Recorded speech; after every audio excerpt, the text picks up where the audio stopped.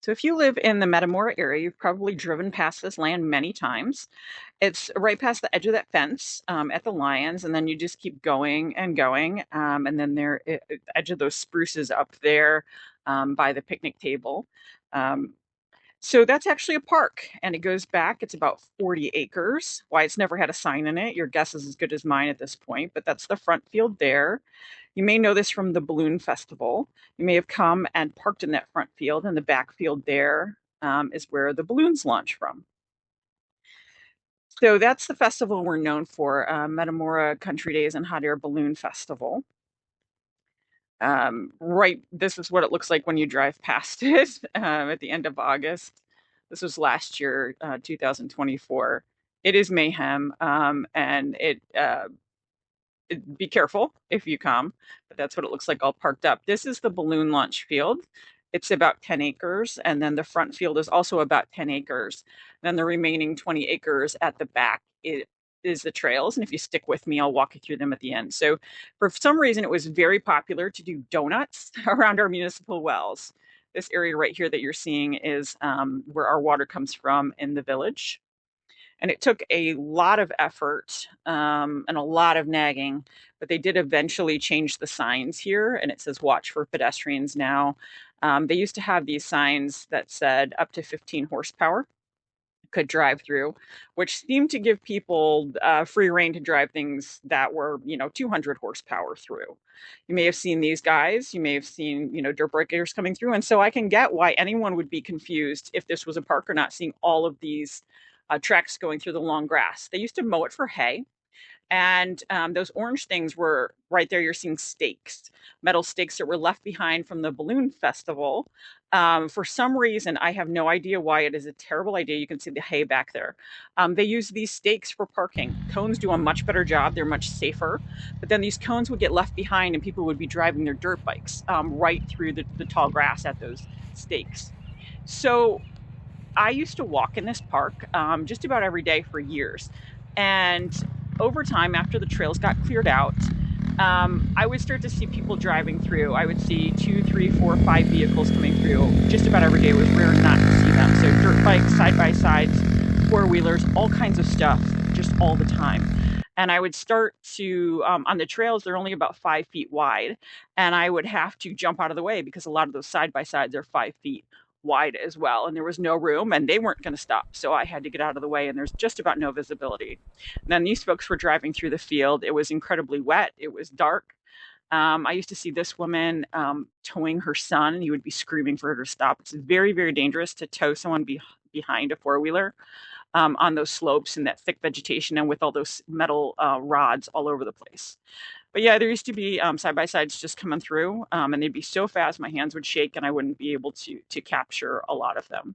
But how did I know this was a park? I got the deeds. So in 2013, it was purchased by the DDA.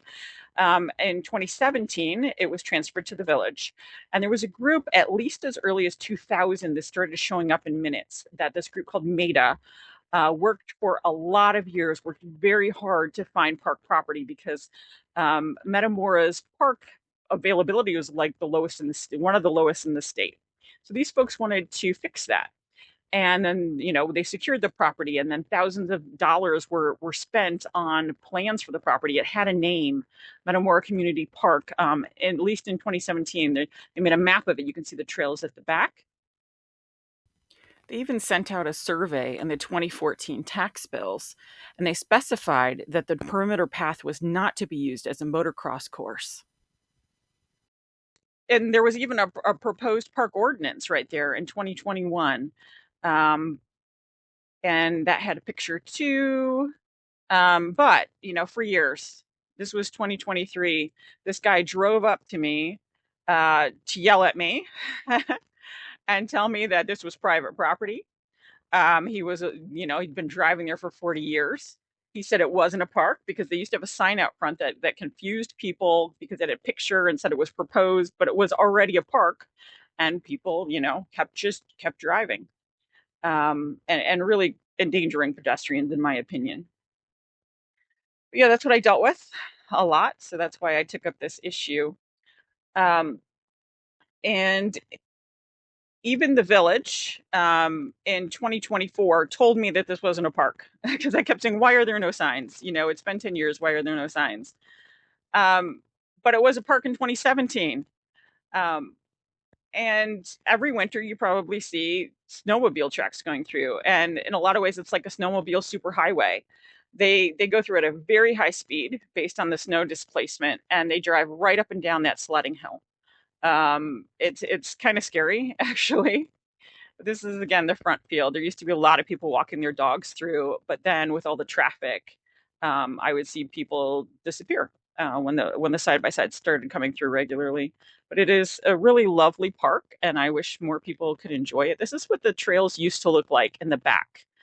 Um, Sometimes there was a foot displacement from people just driving through at a really high speed, and they would grow in almost completely. And they would become impassable. In about 2018, they were impassable sometimes. There's a turtle, lots of deer. One day I had a fox come extremely close to me back there, a turkey. Yeah, so there are a lot of black raspberry bushes back there, wild black raspberries. And last year, this is what it looks like now. This was June 18th. It is a lot wider now. They took out a lot of the wild black raspberry bushes, which I was disappointed about. I used to like to pick them, but they did widen it. These are a bunch of hairpin turns. Some of them are, this one is more than 90 degrees. And so that's why this trail was never suitable for any kind of vehicle traffic. If you look at the specs on what a vehicle, any kind of vehicle traffic trail would be, you can see roots there. So do be careful if you walk through. And there are a lot of sticks. So it's actually kind of a challenging walk in there. Yeah, so it's a lot wider than it used to be.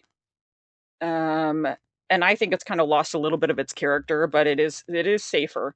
This is where you come out on the ITC corridor. This is the power corridor that they have an easement. The land is owned by the village. This part actually is in the township, but the land is owned by the village. Um, and if you look down there, this is where this was like dirt bike superhighway for a while. That is private property there, right beyond there, so it is not legal to be doing that unless you have written back. Right, that trail you just saw that goes to private property, so don't go there. This is the edge of the park here, so um, the park doesn't continue much past that power station you just saw. But yeah, it is kind of hazardous. This trail is only suitable for foot traffic. Right here, it gets extremely steep. That slope is more than 15 degrees. I want to say it was 20 last time I measured it. And it's got all these steep turns. So that's, again, why it was never suitable for dirt bikes or side by sides or any other kind of vehicle traffic, if you look at the specs. But yeah, right here, there are about 7 90-degree turns right in a row that you go through here. It is really nice, though, on foot. It is challenging. I was huffing and puffing walking through it. And then this is almost at the end. And you can go through either way. This is the way I always went. Another steep hill going up here. I believe this one was also more than 15 degrees. But then when you get up here, you're almost at the end. This is cleared out now. It used to be very closed in. Um, but this way just goes to private property, so I wouldn't go over there.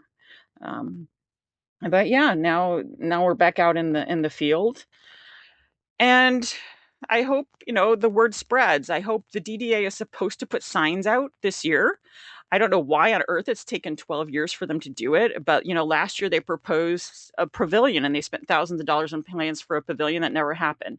They say they're going to put out signs this year. I sure hope they do. And I hope everyone gets out there and enjoys the park. Just be careful in case there's traffic.